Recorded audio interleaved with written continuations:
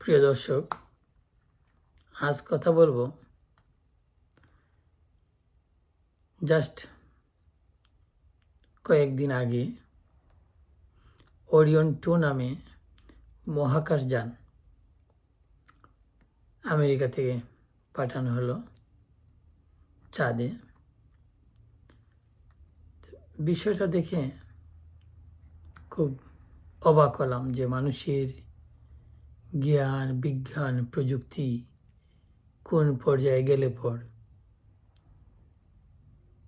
এই বিশাল বড় একটি প্রজেক্টের বাস্তবায়ন সম্ভব। যদিও আজ থেকে প্রায় 50 বছর বা তারও উপরে চাঁদে মানুষ গিয়েছিল, কিন্তু দীর্ঘ সময় পর আবার নতুন করে যাত্রা শুরু হলো। এটার উদ্দেশ্য হলো চাঁদ থেকে মঙ্গল পর্যন্ত কিভাবে মানুষের বসবাসের উপযোগী করা যায়, এইরকম একটা চিন্তা থাকে। তো কথাগুলো বলার অর্থ হলো এটাই যে দেখেন মানুষ কোথায় যাচ্ছে। আমি শুধু তাদের একটা বিষয় দেখলাম যে এই যে মহাকাশচারী যাদের যে ড্রেসটা, এই ড্রেসের বিষয়টা স্টাডি করে দেখলাম শুধু ড্রেসটার জন্যই কয়েকশো কোটি টাকা খরচ করা হয়। ড্রেসটা এমনভাবে করা হয়, আমি ভুলে গেছি কতটা স্তর বলছিল, 21টা না কয়টা জানি।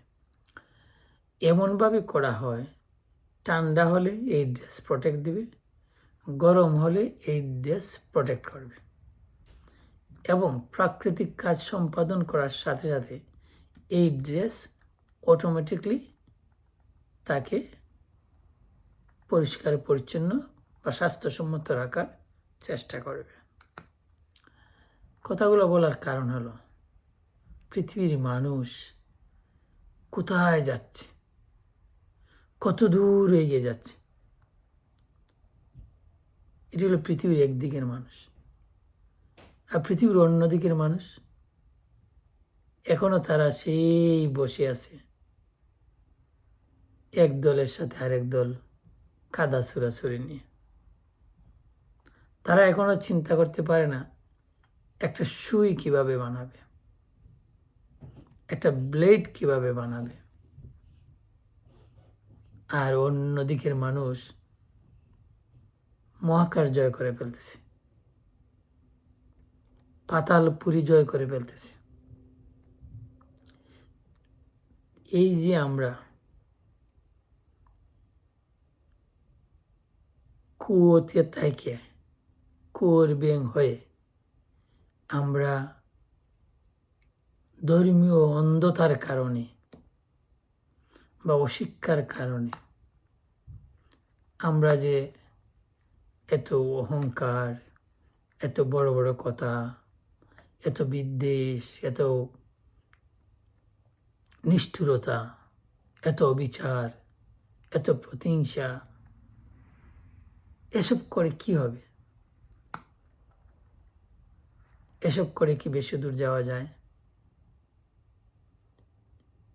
আমাদের এসবের ফলে আমাদের যে পারিপার্শ্বিক অবস্থা, আমাদের সমাজ, রাষ্ট্র,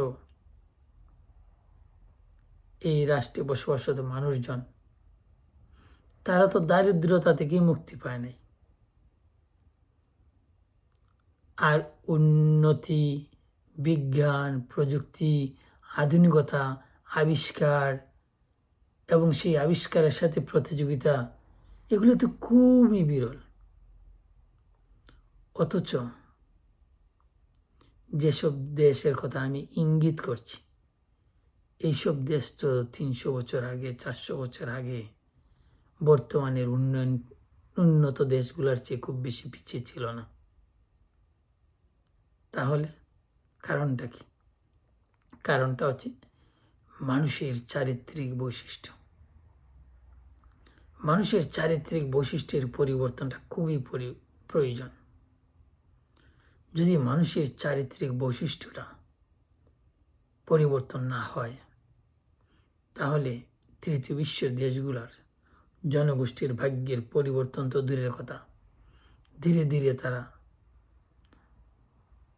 সেই আবার যে দাসত্বের যুগ ছিল, গোলামির যুগ ছিল, এইরকম একটা অবস্থায় চলে যাবে। হয়তো ধরন ভিন্ন হবে। আপনি দেখেন, এখনই আমরা বিভিন্ন দেশের অবস্থা দেখি।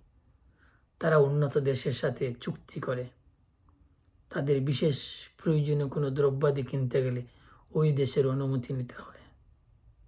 এগুলো কি গোলামি নয়? এটা তো মাত্র শুরু, সামনে আরও ভয়ানক অবস্থা রয়েছে।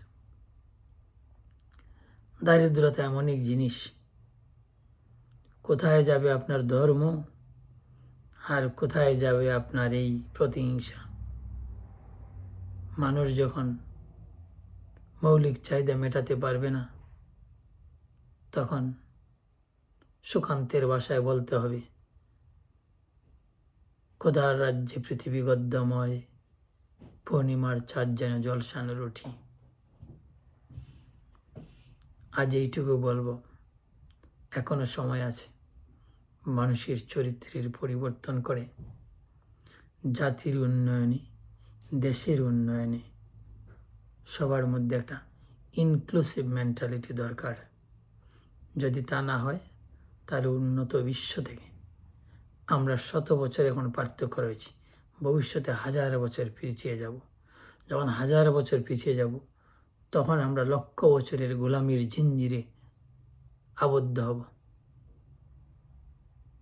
সেই আবদ্ধ অবস্থা থেকে বের হওয়ার আর কোনো সুযোগ থাকবে না। তাই এখনো সময় আছে। যারা রাষ্ট্র পরিচালনা করেন, যারা রাষ্ট্র পরিচালনার স্বপ্ন দেখেন, বা এইসব ক্ষেত্রে যাদের ভূমিকা রাখার সুযোগ রয়েছে, তারা মানুষের মানসিক পরিবর্তন, জাতির মানসিক পরিবর্তনে প্রচুর সময় দেন।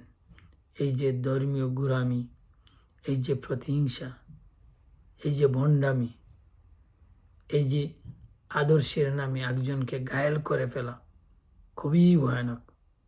এই ভয়ানক অবস্থা থেকে যদি বের না হন, তাহলে জাতি হিসাবে